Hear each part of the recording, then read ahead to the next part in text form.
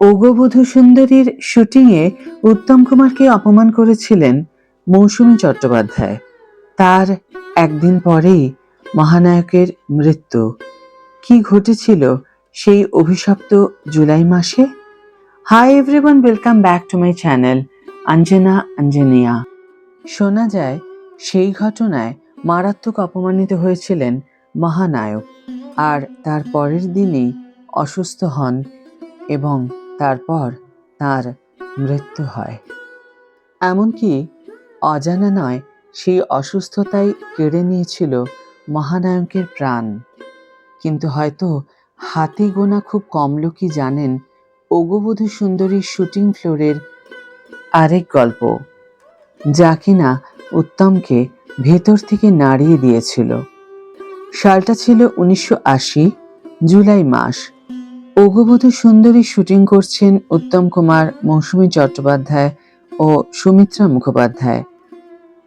ততদিনে মুম্বাই ফিল্ম ইন্ডাস্ট্রিতে জনপ্রিয়তা কুড়িয়ে ফেলেছেন মৌসুমী। অমিতাভ বচ্চন, শশী কাপুর, রাজেশ খান্নার সঙ্গে জমিয়ে অভিনয় করছিলেন তিনি। সেই সময় উত্তম কুমারের সঙ্গে অভিনয় করার সুযোগ আসে। এমনিতেই মহানায়ককে কাকা বলে ডাকতেন মৌসুমী। শ্বশুরমশাই হেমন্ত মুখোপাধ্যায় তাকে প্রথমবার উত্তমের সাথে আলাপ করিয়েছিলেন। তাই উত্তমের সঙ্গে তার সম্পর্ক ছিল স্নেহ ভরা। কিন্তু সেই মৌসুমীর কাছ থেকে যে এমন ব্যবহার পাবেন উত্তম, তা কখনো আশাও করেননি। দিনটা 22শে জুলাই 1980 সাল। ওগবধূ সুন্দরীর শুটিং ফ্লোরে পা দিলেন উত্তম কুমার। মেকআপ করতে মেকআপ রুমের দিকে হাঁটা দিতেই শুটিংয়ের একজন বলে উঠলেন, দাদা, ওই মেকআপ রুমে ভুলেও ঢুকবেন না, ওখানে মুম্বাইয়ের নামকরা অভিনেত্রী মেকআপ করছেন, উনি কাউকে ঢুকতে বারণ করেছেন। এমন কথা শুনে চমকেই উঠেছিলেন উত্তম। এতদিন যে রুমে বসে তিনি মেকআপ করতেন সেখানেই ঢুকতে বাধা।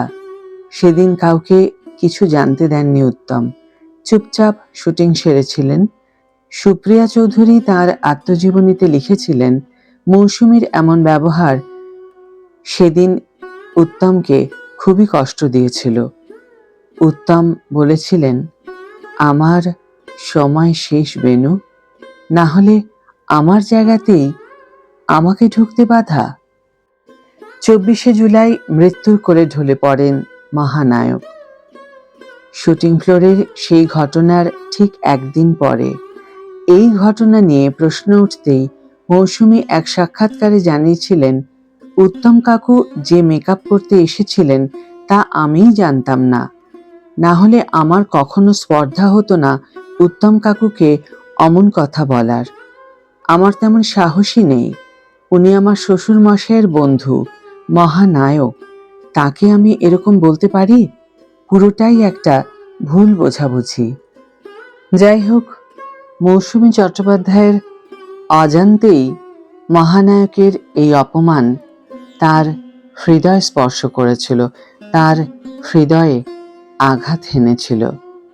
কারণ আমাদের মহানায়ক খুবই ইমোশনাল একজন ব্যক্তি ছিলেন। তিনি কখনো মানুষকে আঘাত করে কথা বলতেন না, আর তাই কোনো আঘাত তিনি সহ্য করতে পারতেন না। সবসময় মানুষের উপকার করেছেন, অথচ তার ক্ষেত্রে এমন একটি কথা তাকে শুনতে হবে তিনি কখনো ভাবতেও পারেননি। আজকের ভিডিও এখানেই শেষ করছি বন্ধুরা। ভিডিওটি যদি ভালো লেগে থাকে তাহলে অবশ্যই একটা ছোট্ট করে লাইক দিও, শেয়ার করো বন্ধুদের সাথে, কমেন্ট করে জানিও তোমাদের মতামত।